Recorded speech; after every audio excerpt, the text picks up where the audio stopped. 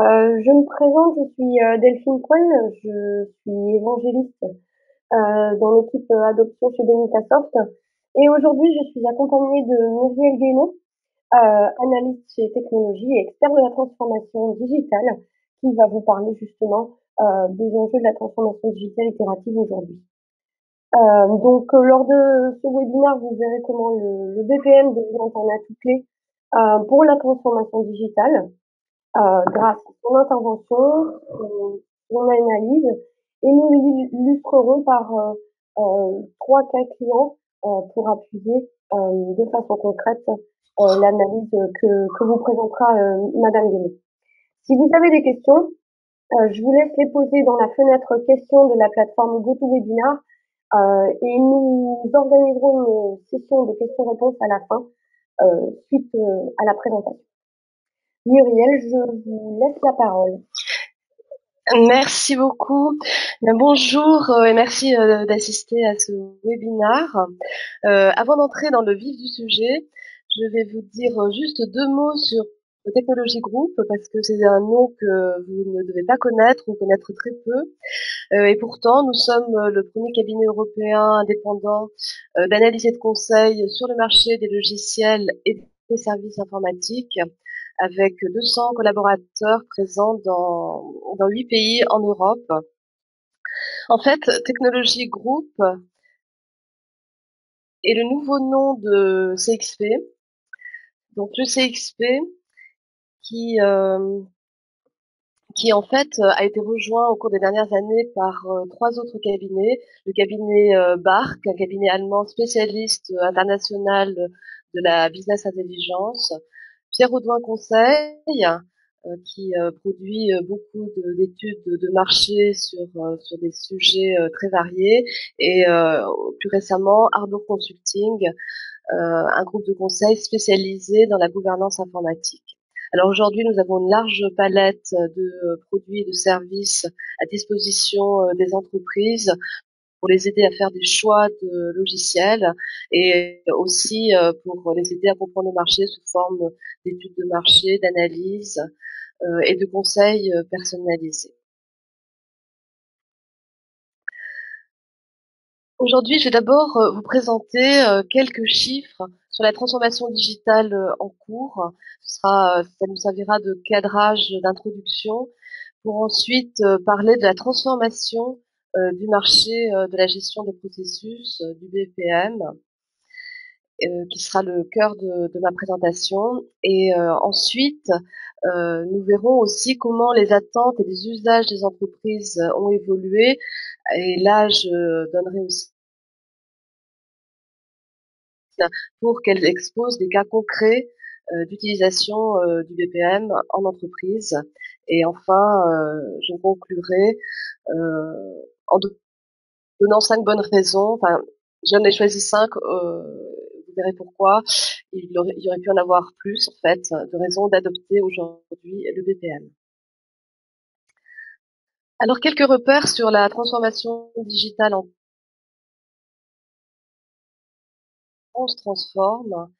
Et aujourd'hui, d'après les études qu'on a fait auprès des entreprises, notamment en France, le premier moteur reste toujours la demande des clients qui sont de plus en plus exigeants, qui sont très habitués aux nouvelles technologies, qui ont leur smartphone en permanence greffé sur la main, et qui sont habitués à des réponses quasi immédiates, qui veulent une cohérence sur leur parcours d'achat ou sur leur parcours de contact avec une entreprise, et qui sont aussi très exigeants en termes de qualité, de fiabilité de ce qu'on peut leur apporter. Le deuxième moteur, ce sont aussi les nouvelles opportunités qu'on peut trouver sur le marché, les nouvelles opportunités d'activité, en fait, parce que la transformation numérique nous amène à proposer de nouveaux services à nos clients. La pression des concurrents, parce qu'en fait tout le monde est en train de se transformer, et il faudrait pas que nos concurrents aillent plus vite que nous et nous grignotent des parts de marché. Et enfin, avec cette accélération générale, on a de plus en plus besoin de nouvelles fonctionnalités, de nouvelles applications informatiques, et on a besoin de pouvoir les fournir d'une manière agile et fiable, à la fois en interne, à nos utilisateurs, nos collaborateurs, et aussi à l'extérieur, à nos partenaires, que ce soit les fournisseurs ou les clients. Voilà, donc ce sont aujourd'hui, enfin en tous les cas, dans notre enquête 2018, les 4 principaux moteurs de la transformation des entreprises. Cette transformation, généralement, on la phase en 3 périodes. Une première étape qui est la transformation de l'expérience client, parce qu'il y a une très forte demande, comme on l'a exprimé précédemment. Et souvent, ce sont des projets qui sont focalisés sur l'expérience multi-omnicanal, donc pour fournir au client une cohérence sur son parcours client. Ce sont des projets qui sont souvent en fait qui restent dans des silos spécifiques, que ce soit la vente, le marketing ou le service après-vente. Mais pour une fois que cette première étape est achevée, on a l'absolue nécessité en fait d'intégrer le front office. Alors peut-être qu'il vaudrait mieux prendre les choses autrement, mais en fait souvent ça se passe comme ça. Une fois cette première étape euh, de parcours client, d'expérience client améliorée, il faut intégrer ces parcours client, ce front office avec le back office et intégrer avec les processus d'entreprise qui du coup doivent être repensés, revus, améliorés. Le stade ultime de la transformation, c'est la création avec les partenaires d'écosystèmes numériques et qui peuvent mettre en place de, de nouveaux services pour les clients qui ne soient pas uniquement fournis par notre entreprise, mais fournis dans son écosystème. Bon, tout ça c'est un petit peu théorique, mais c'est ce qu'on observe en fait dans la transformation des entreprises. Et aujourd'hui, la plupart des entreprises sont au stade 2, qui est un stade crucial justement d'intégration et d'automatisation des processus. Au niveau des infrastructures, où en sommes-nous aujourd'hui? Bon, aujourd'hui, rares sont les entreprises qui sont encore au moment de l'évaluation des opportunités de se transformer leurs infrastructures numériques. Ça reste tout à fait marginal. Aujourd'hui, la plupart des entreprises sont dans le chantier de la transformation. 43% d'entre elles en sont au premier projet pilote. Donc c'est vraiment des nouvelles expériences pour ces entreprises. 39% ont déjà déployé quelques projets avec succès. Et enfin, seuls 16% ont déjà transformé une partie de leur infrastructure et en tous les cas sont complètement focalisés à assez court terme sur la transformation complète de leur infrastructure. Si on regarde les grands investissements qui sont faits dans la transformation numérique, ce sont des données qui vont nous apporter beaucoup d'informations. Le premier poste d'investissement, c'est sur le cloud. Le cloud qui représente aujourd'hui un tiers pratiquement un tiers des investissements logiciels et services en France. Donc on voit aujourd'hui qu'il y a une véritable bascule des comportements d'achat qui passe de la licence traditionnelle vers des solutions à l'usage sur le cloud. Tout le monde a en tête l'annonce en juin dernier de la SNCF qui a annoncé vouloir à horizon de 2020 c'est demain, basculer 60% de ses applications dans le cloud. Le deuxième poste, c'est la transformation de l'expérience client vers une expérience client complètement digitalisée. Et donc, ça représente 7,7 milliards d'euros dans les dépenses logicielles et services en France aujourd'hui. C'est en progression sur la période 2018-2022 de 11%. Tout ce qui est objets connectés, Internet des objets, c'est aussi en forte progression. C'est le troisième poste d'investissement. Ensuite, il y a tout ce qui est cybersécurité, puisque effectivement, la problématique de la sécurité se repose d'une manière tout à fait cruciale et tout à fait nouvelle avec la transformation numérique. Et enfin, euh, le big data, qui sur cette période de 2018-2022 va connaître la plus forte progression sur le marché informatique. Il y a vraiment, avec l'explosion des données, un besoin d'analyser ces données qui est très très important.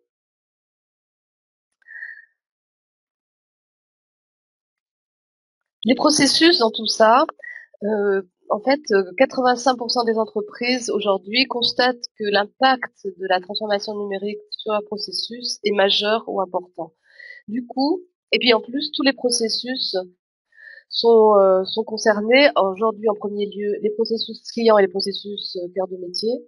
Mais en fait, par cet impact fait ricocher sur tous les autres processus dans l'entreprise qui sont de plus en plus impactés par cette transformation numérique. Du coup, aujourd'hui, pratiquement toutes les entreprises, 96% d'entre elles, mènent des démarches d'amélioration des processus. Et dans 63% des cas, ce sont les directions générales qui sont à l'initiative de ces démarches d'amélioration des processus, ce qui montre qu'il y a vraiment une prise de conscience et une mobilisation très forte. On constate aussi l'implication des directions métiers qui est beaucoup plus forte qu'avant. 22% aujourd'hui sont à l'initiative des démarches d'amélioration des processus. Alors ce qu'on constate aussi, c'est le besoin, l'intention de s'équiper d'une solution de BPM progresse. Elle était avant de 35% et en 2017, elle a grimpé à 61% des intentions parmi les entreprises qui ne sont pas encore équipées de solutions de BPM. Quant à celles qui sont déjà équipées, trois quarts d'entre elles ont l'intention d'étendre en fait le champ d'application de leur solution. Alors de son côté, le marché de la gestion des processus s'est aussi transformé. Et je pense que c'est important de revenir sur cette transformation parce que pendant un moment, le BPM a été un petit peu mis en avant il y a une dizaine d'années et puis il a été aussi considéré parfois comme étant des solutions un peu lourdes, un peu rigides. Alors je pense que c'est important de revenir sur son évolution. Alors pour moi, une étape, un jalon très important dans l'évolution des solutions BPM, ça a été la promulgation en 2011 du standard de notation BPMN 2.0, donc une nouvelle version de ce standard qui, qui est devenue une norme officielle en 2013. Et en fait, cette norme de notation, pourquoi elle est importante? Parce qu'en fait, déjà, quand il y a une norme, ça, c'est le signe d'une maturité d'un domaine. Puis en plus, au-delà de ça, c'est une norme qui est très expressive, qui peut être comprise aussi par différentes populations dans l'entreprise, pas seulement par les informaticiens, mais également dans sa vision macroscopique par le métier. C'est une norme qui maintenant est enseignée dans des écoles et des universités et donc qui se répand. Et du fait qu'elle se répande, c'est un gage de pérennité pour les entreprises qui l'adoptent. Par ailleurs, un autre aspect très important, c'est que un modèle de processus BPMN 2.0 est directement exécutable. Donc c'est pas seulement un modèle, il est directement exécutable dans le système d'information. Donc c'est un moment très important. Bon, en 2011 c'était les débuts. Ensuite le, le standard est devenu une norme et il s'est peu à peu répandu dans les outils et dans les pratiques en entreprise et il est désormais enseigné. Un autre aspect important, c'est l'émergence du case management, parce que souvent le BPM est fait pour automatiser, pour orchestrer des processus qui sont prédéterminés, dont on sait à l'avance les différents chemins qu'ils peuvent prendre, les différentes étapes et les résultats qu'ils peuvent. Bon, tout ça c'est très bien quand on a des processus qui effectivement sont très structurés, mais souvent dans la vraie vie, il y a la nécessité de gérer des imprévus, les processus, et on peut pas imaginer bien sûr tous les cas de figure. Donc, sur le marché est apparu une nouvelle façon, un nouveau paradigme de gestion qui souvent s'adresse à des dossiers complexes, mais où on a quand même besoin d'avoir un minimum de processus. C'est la capacité de pouvoir intégrer des aléas, en fait, au sein de processus. Et donc, c'est le case management. Les produits de BPM ont été de plus en plus vers le cloud. Ça, c'était vers les années 2015. Et puis, on a vu aussi un aspect très important avec d'évolution avec la génération d'interfaces homme-machine beaucoup plus évoluées. Pendant longtemps, les solutions de BPM ont fourni des formulaires ou des interfaces utilisateurs assez rudimentaires, faut bien le dire. Et puis, donc vers 2015, on a vu ces solutions s'enrichir de véritables studios de design de formulaires d'interface utilisateur qui sont beaucoup plus souples et qui permettent de créer d'une manière très facile des interfaces beaucoup plus conviviales et dynamiques à base de widgets, à base de contrôles très qui sont fournis dans ces studios de design. Vers 2017-2018, on a beaucoup parlé des applications low-code et beaucoup de solutions de BPM se sont aussi positionnées là-dessus. J'en parlerai un petit peu plus tard. Aujourd'hui, en 2019, 2020 et plus tard, une des grandes transformations qui va avoir lieu dans le marché des solutions de BPM, ça va être l'introduction de l'intelligence artificielle et du process mining pour analyser euh, en direct et pour faire des prédictions sur le déroulement des processus. Alors aujourd'hui, le domaine, c'est un domaine en pleine transformation. À côté des groupes des familles de produits historiques, qui était le Business Process Analysis, donc le BPA, qui sert à cartographier, à modéliser les processus, à créer des référentiels de modèles qui permettent de faire évoluer les processus. Avec le BPM qui permet d'orchestrer, d'automatiser, de piloter des processus, on a vu donc apparaître des solutions de case management pour traiter des dossiers complexes avec tous les aléas, pour offrir un support aux experts métiers en leur offrant une vue à 360 degrés sur les documents qui composent leur dossier, les processus qu'ils vont devoir effectuer, les règles métiers qu'ils doivent appliquer, et puis aussi en leur permettant de pouvoir coordonner les interventions de différents intervenants. Ce qu'on voit aussi apparaître aujourd'hui, c'est la robotic process automation, donc des robots logiciels qui permettent soit de se substituer à des tâches répétitives, chronophages et sans valeur ajoutée, soit d'assister des opérateurs dans leurs tâches quotidiennes. Et dans des contextes de très forte volumétrie, il y a des ROI très importants qui peuvent être constatés avec ces produits de robotic process automation. Les outils de génération d'applications low-code pour déployer des applications agiles qui intègrent des workflows, et c'est en cela que les outils de BPM proposent aujourd'hui justement de développer des applications low-code. Et enfin, le process mining. Alors le process mining, c'est une idée qui est ancienne, mais qui aujourd'hui prend avec les technologies d'intelligence artificielle et de big data, qui prend un nouvel essor, qui permet de reconstituer les processus tels qu'ils se sont réellement exécutés, de voir quelles sont les variantes, d'identifier les écarts avec les processus qui sont modélisés, et aussi avec l'introduction de l'intelligence artificielle qui offre des fonctions de prédiction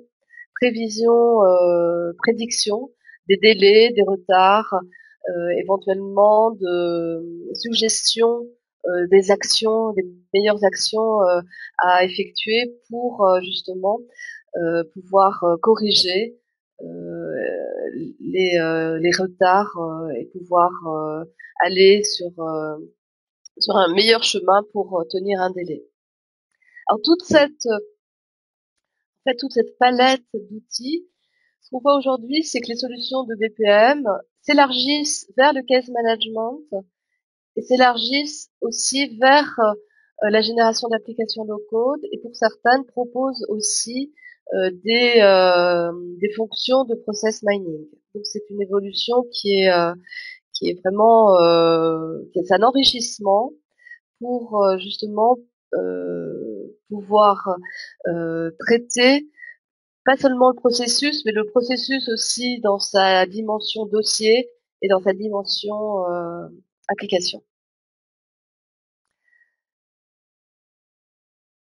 Pour expliquer un petit peu plus le fait que le BPM est aussi aujourd'hui une plateforme de génération rapide d'applications, quand on considère que la logique métier, finalement, le processus, c'est la logique métier, elle est conçue sous forme de modèles exécutables.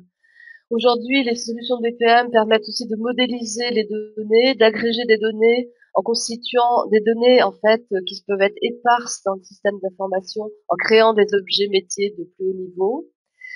Quels sont aujourd'hui des studios de design d'interfaces utilisateurs de formulaires qui permettent de composer des interfaces utilisateurs très facilement, des connecteurs pour relier tout ça au système d'information. Donc finalement tout ça, qu'est-ce que c'est? C'est une application métier qui n'est pas développée par du code, mais dont la plupart des composants est constituée par modélisation ou par composition. Donc finalement, on génère de cette façon-là des applications no-code. Bon, il y a des moments où on peut ajouter effectivement du code, c'est pour ça que c'est low-code et non pas no-code. Et si par derrière, il y a aussi des outils de test, de déploiement, de livraison, en fait, c'est tout un ensemble, c'est vraiment, on peut dire, une plateforme de génération d'applications. Et donc, c'est une évolution du BPM qui est très intéressante aujourd'hui, où on a besoin souvent de répondre à c'est l'évolution finalement des besoins métiers, l'évolution des besoins des utilisateurs en interne ou des clients ou des partenaires fournisseurs à l'extérieur. C'est une façon en fait de produire des applications qui est à la fois rapide mais aussi fiable et agile. On peut aussi ensuite modifier ces applications plus facilement que quand on fait du développement spécifique. Alors, quelles sont aujourd'hui les attentes et les usages des entreprises? Alors, si on synthétise ces besoins des entreprises, mais il y a ce besoin de développer de nouvelles applications agiles pour répondre à l'évolution des besoins des métiers et des clients. Et ce besoin, il est encore plus fort qu'avant, et en fait, si on répond pas à ce besoin, il y a le risque de ne pas satisfaire d'une part ses clients, qui peuvent se tourner vers d'autres concurrents, mais il y a aussi le risque que en fait les collaborateurs aillent chercher tout seuls sur internet une petite appli pour finalement répondre à leurs besoins, pour faciliter leurs tâches, et donc on se retrouve après à ne plus contrôler finalement les applications qui sont utilisées en interne. Un deuxième besoin important, c'est d'avoir une visibilité transverse sur l'ensemble de ces opérations. Et cette visibilité, c'est quelque chose qu'on a très peu si on ne met pas en place des solutions dédiées pour cette transversalité. Et le BPM, par nature, est, une solution qui va orchestrer les activités de plusieurs personnes dans différents départements. Donc cette vocation transverse du BPM répond à ce besoin de visibilité. Et puis quelque chose d'assez évident, c'est la réduction des temps de cycle. Quand on n'a pas de solution dédiée, beaucoup de processus aujourd'hui en entreprise sont gérés en fait par mail, par transmission de documents par mail. Donc on envoie un mail dans un service, il va peut-être l'envoyer dans un autre service. Au bout d'un moment, on n'a pas de réponse, on relance, du temps s'est passé, finalement, voilà. Le BPM, ça réduit ces temps de cycle, ces temps d'attente. Euh, Ça fait des relances automatiquement. Et donc finalement, ça améliore d'une manière vraiment très significative les performances opérationnelles.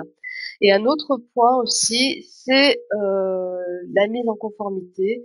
C'est aussi une demande des entreprises et c'est souvent une, euh, un driver pour mettre en place une solution BPM. Alors les questions que nous posent les entreprises, qui font appel à nous, parce que donc, on intervient en tant que conseil dans des entreprises. Bon, les gens entendent parler de plus en plus du BPM, surtout dans ce contexte où leurs processus sont impactés par la transformation numérique. Donc, question classique, est-ce que le BPM peut être utile dans notre métier? Est-ce que on n'a pas des particularités qui font que la solution finalement ne sera pas pertinente dans notre métier? Est-ce qu'on peut vraiment générer des applications agiles avec des solutions de BPM? Et puis, troisième cas de figure, des entreprises qui sont déjà convaincues du fait de déployer une solution de BPM pour rendre leur processus plus robuste et qui ont juste le besoin de savoir quelle serait la solution la plus adaptée à leur contexte. Alors, ce qu'on voit, c'est que en fait, on trouve des cas d'usage dans tous les secteurs d'activité. Pour répondre à la première question, est-ce que le BPM est vraiment adapté à mon métier? Donc, dans le monde de la banque, c'est peut-être et l'assurance, peut-être les premiers qui ont utilisé des solutions de BPM avec des cas classiques comme la création de nouveaux comptes clients, et puis dans le monde de l'assurance, la gestion de sinistres, l'ouverture de dossiers avec des règles complexes de clarification. Tout ça, ce sont des processus qui peuvent être gérés par des solutions de BPM et aussi d'ailleurs par des solutions de case management. Ensuite, dans tous les secteurs d'activité, donc j'ai cité un certain nombre de processus classiques traités par des solutions de BPM, mais bien sûr, c'est pas exhaustif et il y a plein d'autres cas d'usage. Et Delphine va, dans un petit moment, vous présenter des cas d'usage concrets. Ce qui est intéressant de voir, c'est qu'au sein d'une même entreprise, le BPM peut être aussi utilisé non seulement pour des processus cœur de métier, mais aussi pour des processus support. Et ici, je vous ai listé en fait les processus qui étaient le plus souvent cités dans les projets des entreprises pour déployer des solutions de BPM. Un des cas d'usage qui est pratiquement un cas d'école, c'est l'intégration au niveau ressources humaines, l'intégration des nouveaux collaborateurs, puisque c'est un processus, bon d'abord qui est très important puisqu'il conditionne le bon accueil du nouveau collaborateur le jour de son arrivée, pour qu'il ait à sa disposition le matériel nécessaire au niveau informatique, tous les accès nécessaires, que peut-être son parcours d'accueil soit bien aussi réglé avec des rendez-vous dans les différents départements. C'est un processus, je disais que c'est un peu un cas d'école pour le BPM parce que justement il met en œuvre plusieurs départements. Déjà le département métier auquel va appartenir le nouveau collaborateur, les RH évidemment, le département informatique pour tout ce qui est matériel et accès, et puis les services généraux pour tout ce qui est matériel, etc. Donc ça fait au moins, au minimum, appel à 4 départements qu'il faut coordonner pour que le jour J, le collaborateur arrive, qu'il soit bien accueilli et qu'il puisse être le plus rapidement possible opérationnel. Donc voilà, je me suis arrêtée sur cet exemple, mais les autres exemples que vous voyez listés à l'écran sont les projets les plus souvent cités qui sont ressortis de notre dernière enquête sur les usages de BPM. Et ce qui est intéressant de voir, c'est que donc 3/4 des entreprises déjà équipées d'une solution de BPM, en fait, étendent et capitalisent en fait sur les compétences qu'ils ont acquises en BPM pour étendre leur cas d'usage à d'autres domaines et notamment à ces domaines support. Voilà, mais maintenant je vais laisser Delphine parler de cas très concrets.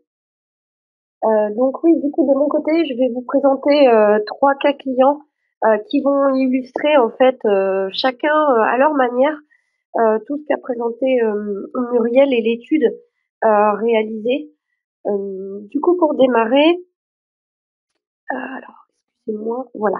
J'ai choisi de vous parler d'abord de l'assureur Altis, un assureur qui est vraiment dans l'aspect solidarité, qui s'est construit dans cet esprit de solidarité, puisque c'est au départ une association à but non lucratif. Pour vous expliquer en fait les enjeux de la transformation numérique chez Altis, euh, afin de placer vraiment l'expérience client et du coup l'expérience de l'assuré au sein de l'entreprise. Alors il faut savoir qu'Aptis traite non moins de 766 000 dossiers d'assurance par an qui regroupent environ 450 000 personnes. Donc il y a un vrai enjeu de volumétrie, mais un autre enjeu en fait qui s'est rapidement trouvé au niveau de d'Altis, c'est l'interaction. Pourquoi? Parce que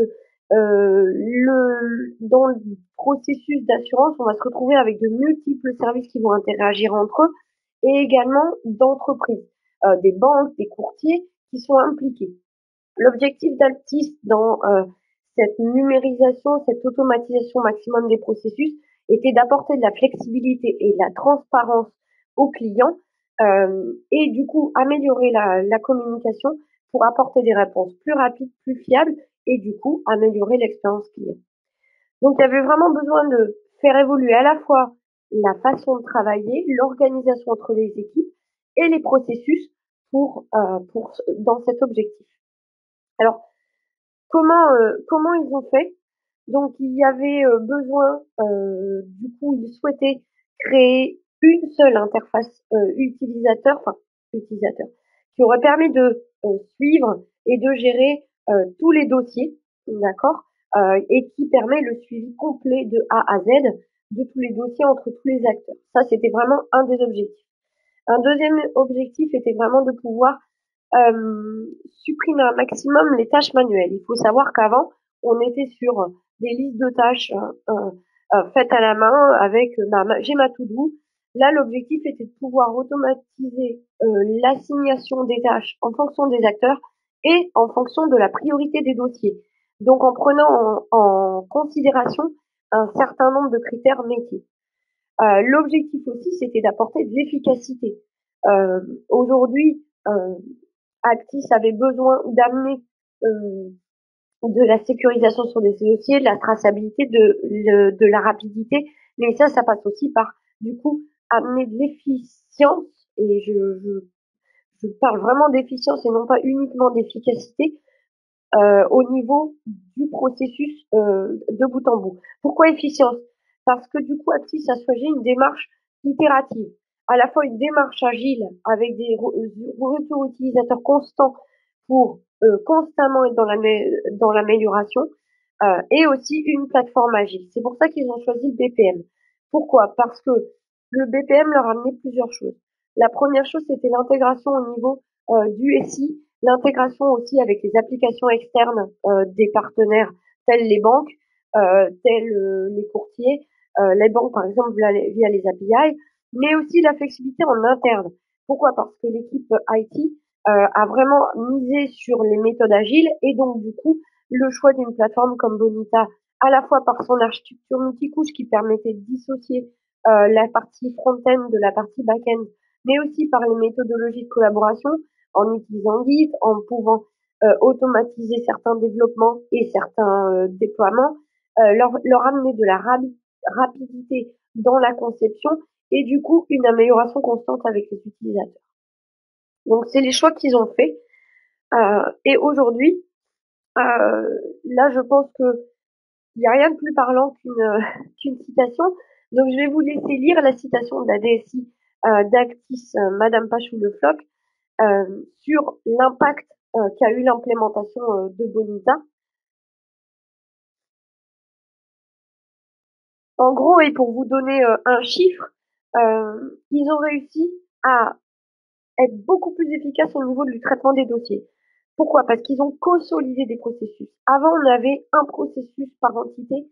Aujourd'hui, ils ont des processus multi-équipes qui sont vraiment transversaux et ils ont réussi à diminuer de 2 tiers le nombre de dossiers créés, le nombre d'instances faites. Donc un gros gain de temps et une meilleure collaboration, moins de pertes, une meilleure traçabilité, une meilleure sécurité sur les dossiers. On parle quand même de dossiers d'assurance, hein, de données aussi personnelles, puisqu'ils ne perdaient pas de dossier, une meilleure fluidité entre les acteurs et du coup forcément moins de retard. Donc Actis continue aujourd'hui à mettre en place de nouveaux processus en interne également et à améliorer ces processus en continu. Donc ça c'est pour le premier exemple. Le second exemple que je voulais prendre est un petit peu différent. Il est un petit peu différent, pourquoi? Parce que on va pas parler d'une démarche globale au départ. Dans les crédits agricoles, pour ceux qui connaissent, peut-être que vous avez vos comptes au Crédit Agricole, on est vraiment sur une entreprise qui est très dispersée, très locale. On est proche du client. On a des agences de partout au niveau du réseau qui se veut vraiment très très proche. Pourquoi? Parce que dans son essence, le Crédit Agricole, et il le porte sur le nom, s'adresse aux agriculteurs, par exemple, et donc doit vraiment être proche. Ça, c'est l'essence du Crédit Agricole. Donc on est sur une organisation dispersée. Cependant, il y a un vrai challenge aujourd'hui pour gérer des processus et améliorer la communication à ce niveau-là. Donc aujourd'hui, les enjeux des crédits agricoles, c'est vraiment d'améliorer une expérience client tout en gardant la proximité, passer au zéro papier alors que jusque-là il y avait énormément de papier, mais surtout apporter de la cohérence et d'homogénéité dans un groupe qui est très très éparse avec beaucoup initiatives personnelles. Ici, on est sur quelque chose de différent en termes d'approche et en termes de mise en place. Alors qu'Aptis, on est vraiment dans une démarche globale instituée à la fois par la DSI et par les directions métiers. Ici, au niveau des crédits agricoles, on est sur un groupe où il y a eu des démarches isolées. Donc, je vous prends l'exemple de 3 crédits agricoles qui ont commencé à mettre en place Bonita de façon totalement, j'allais dire, localisée. Certains ont démarré par des processus plus cœur de métier du type les demandes de prêts agricoles. Certains ont démarré plutôt sur des processus de type je veux demande marketing, demande RH, comme l'expliquait tout à l'heure Muriel. Donc, on est vraiment sur des initiatives locales, la mise en place des premiers processus avec Bonita. Donc, ils ont commencé en général par un processus, ils l'ont testé, ils ont vu que ça marchait, ensuite ils ont démarré sur d'autres processus. Pour ensuite, il y a eu une évolution. Donc, ce projet a démarré, les projets ont démarré à peu près en 2015, hein, tous. Et ils se sont rendus compte, en discutant entre eux, que finalement, ils avaient des objectifs assez communs, des démarches communes et aussi, par exemple, pour ces 3 premières entités ayant implémenté Bonita, le même outil. Du coup, ils se sont dit, bah tiens, il faudrait peut-être qu'on passe d'une transformation locale, c'est-à-dire plusieurs processus mis en place chacun de son côté, à quelque chose de globalisé. Quel est l'intérêt ici? mutualisation des méthodes, des approches, pouvoir du coup utiliser les mêmes processus, à gagner en rapidité de développement, pouvoir du coup s'échanger les informations, s'échanger les processus, mutualiser les bonnes pratiques et du coup ils se sont rendus compte que tout le monde était gagnant. Donc en deuxième étape, ils sont passés sur une mutualisation comme ça et un gros projet de mise en place de méthodes de développement, d'approches communes, d'utilisation d'outils communs. Par exemple, ils sont passés, certains avaient SVN, et ils sont passés avec l'utilisation de guides qui est intégré dans la plateforme de Bonita. Ils utilisent au maximum les outils d'intégration continue. Aujourd'hui, cette démarche, ils veulent aller encore plus loin. Tout à l'heure, Muriel vous parlait d'outils comme le RPA, du RPA, de l'utilisation du case management. Un exemple concret, au niveau des crédits agricoles, on est en train de travailler avec eux, puisque au côté Bonita, du coup, nous, on utilise à la fois du process structuré, mais aussi on offre la possibilité de faire du process non structuré, donc l'adaptive case management. Aujourd'hui, les crédits agricoles sont en train de tester ça sur un des processus pour voir comment combiner une approche structurée sur la gestion des dossiers et une approche non structurée pour gérer l'imprévu. De la même manière, ils voudraient passer au zéro papier. Ils sont en train de se dire que les agents ont aussi des tâches répétitives qui pourraient être gérées par des robots. Donc du coup, ils ont vraiment cette démarche qui va encore plus loin au niveau de la globalisation et de l'optimisation. Alors, quels sont les intérêts pour eux? Pardon. Ils ont fait évoluer progressivement leur mode de collaboration. Donc, au lieu de rester sur des démarches locales, ils ont vraiment échangé, discuté, communiqué. Et on dit toujours on arrive toujours à mieux discuter quand on est en brainstorm, qu'on parle, qu'on collabore, car chacun a des bonnes idées, chacun a une expérience différente et ils la mettent en commun. Aujourd'hui, ils ont clairement une meilleure expérience client. Je vous ai mis une petite citation d'un des crédits agricoles sur l'amélioration qu'ils ont eue en termes de productivité de leur côté. Mais je peux vous dire aussi que ce crédit agricole est passé au niveau du temps de traitement des dossiers de plus d'une semaine à 2 jours, qui était un engagement qu'ils avaient pris auprès de leurs clients. Et du coup, on voit vraiment qu'il y a une efficacité à la fois en interne, mais qui se voit dans les résultats. Donc ici, on était sur une démarche un petit peu différente, même si on reste sur un peu le même secteur d'activité. En termes de dernier exemple, j'ai vraiment voulu prendre une entreprise qui est dans un domaine complètement différent et qui montre vraiment ce que disait tout à l'heure Muriel sur le fait que un des enjeux aussi des entreprises pour rentrer dans une transformation numérique, embrasser le numérique et du coup essayer d'automatiser via le BPM, c'est être compétitif.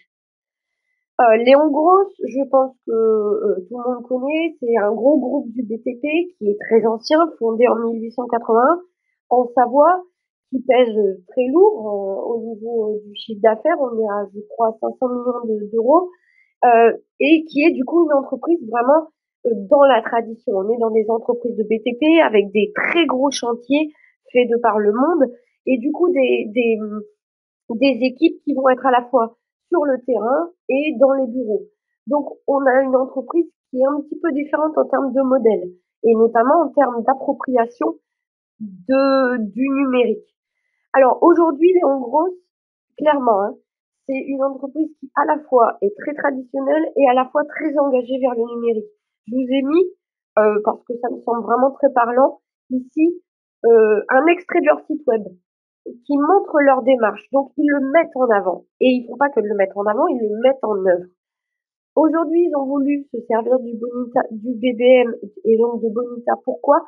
Pour faire un pont entre la tradition et la modernité et pour permettre de garder au niveau du cœur de métier les processus, mais les optimiser et les numériser au maximum. Alors, qu'est-ce qu'ils ont fait aujourd'hui avec Bonita? Ils ont choisi, eux, de commencer par un processus spécifique qui est vraiment cœur de métier, qui est le processus de montage des grues.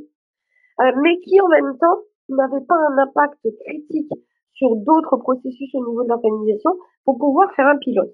Donc eux, leur démarche, elle est itérative en deux sens. Elle est itérative par le fait qu'ils choisissent un processus spécifique, qu'ils veulent démontrer son fonctionnement et son intérêt, sa valeur. Pourquoi? Parce que ce processus, il va concerner de nombreux acteurs et notamment les acteurs des chantiers. Donc, il y a un vrai enjeu en termes d'accompagnement du changement.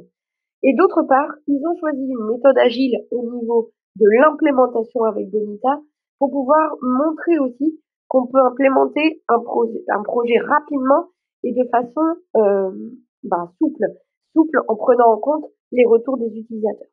Donc comment ils ont fait ça? Ils se sont fait accompagner par un partenaire et ils ont utilisé une méthode agile pour faire les développements en vérifiant du coup les besoins utilisateurs, notamment les besoins des utilisateurs sur le chantier. Ils ont implémenté Bonita avec des fonctionnalités avancées, toujours d'automatisation, de développement et déploiement, et en utilisant le mobile. Ils ont réussi à déployer le premier processus en 2 mois, et aujourd'hui ils sont en train de le tester, et ils voient déjà l'intérêt et la valeur d'avoir une telle démarche. À tel point qu'aujourd'hui, ils sont déjà en train de commencer avec un deuxième processus au sein de l'entreprise. Donc on voit du coup que pour eux l'intérêt c'était d'avoir vraiment une première expérience interne avec Bonita et des développements agiles pour le tester et ça fonctionne. Ils ont tenu leur délai, ils ont pris en compte encore plus de besoins que ce qu'ils voulaient puisque par rapport au premier cahier des charges, ils ont pris en compte 110% des besoins. Ils ont réussi à intégrer l'application dans l'intranet. Donc au niveau de changement, c'est peu impactant pour les utilisateurs. Ils ont fait des formations sur le terrain auprès des utilisateurs qui utilisaient moins euh, des plateformes numériques, on va dire. Et les premiers retours d'expérience sont positifs. Donc on voit vraiment sur des cas vraiment très différents que le BPM est un vrai support au niveau d'une transformation globale d'entreprise. Pourquoi? Parce que il va pas seulement apporter une automatisation d'un processus qui existe, il aide à faire évoluer l'organisation et à l'optimiser. Voilà, donc de mon côté, j'en ai terminé avec les exemples. Je vais rendre la main à Muriel pour la conclusion. Alors, j'ai choisi 5 bonnes raisons.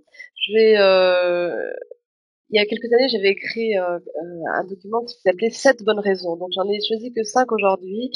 Euh, la première, pour moi, c'est l'agilité parce que c'est ce qu'il y a de plus important aujourd'hui. Agilité, ça veut dire aussi fiabilité.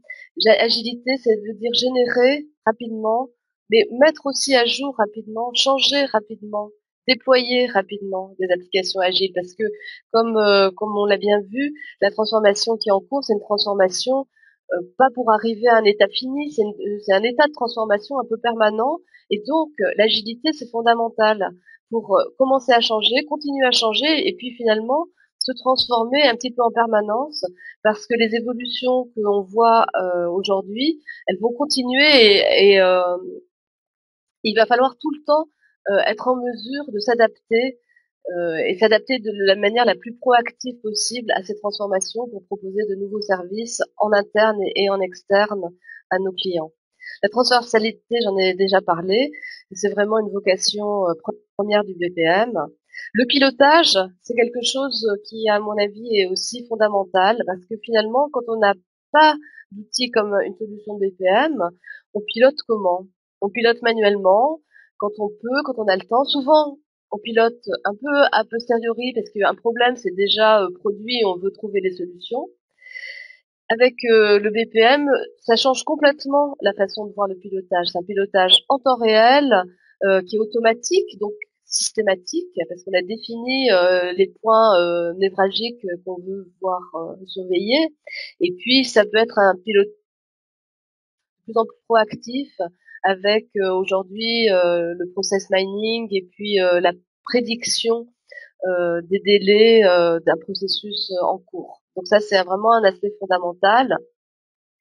Les performances, bien sûr, c'est classique, mais c'est absolument évident que le BPM fait gagner d'une manière très très significative en temps, réduction des temps de cycle, de temps de latence, grâce à l'orchestration et l'automatisation des processus. Et enfin, la cinquième raison, elle est beaucoup plus globale, c'est que le BPM, c'est un socle vraiment pour cette transformation justement itérative, un socle qui permet de relier, alors ça reprend un petit peu ce qu'a dit Delphine dans ce pont entre tradition et modernité, ça permet de relier l'existant informatique qui est encore amené à vivre pendant quelques années, et puis tout ce qui est de nouvelles technologies, ça relie les applications, les systèmes et les collaborateurs, ça fait finalement entrer dans toute cette dynamique, cet écosystème à la fois les humains et les technologies, euh, et justement pour euh, euh, pour véritablement utiliser et pour se transformer à la fois le système d'information interne et la relation qu'on a avec nos partenaires et nos clients. Voilà, j'en ai terminé. Alors, d'abord, un grand merci pour votre attention. Et puis, je crois qu'on a eu quelques questions. Alors, Merci il à y a vous. une question pour vous. Oui, il y a une question pour vous, Delphine. C'est lorsque je la lis, hein, lorsque vous parlez d'expérience client, faut-il comprendre expérience utilisateur informatique ou, au sens plus large, satisfaction sur le service rendu? Alors, en parlant d'expérience client, vraiment, on parle de satisfaction au sens plus large. C'est-à-dire que, mais qui inclut aussi l'expérience de l'utilisateur informatique. Alors, est-ce que vous parlez d'utilisateur informatique, celui qui va utiliser l'application qui va être mise en place, ou est-ce que vous parlez aussi de la satisfaction du développeur qui va utiliser l'application de BPM parce qu'il y a aussi, il y a ça aussi, hein.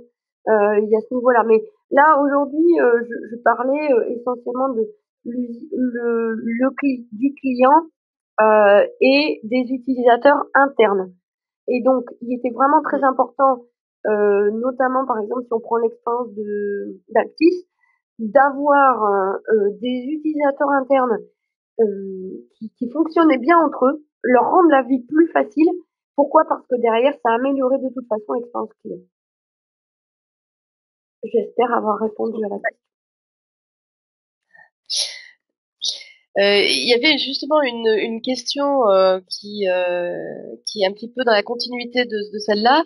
C'est comment Aptis fait pour avoir des retours utilisateurs constants?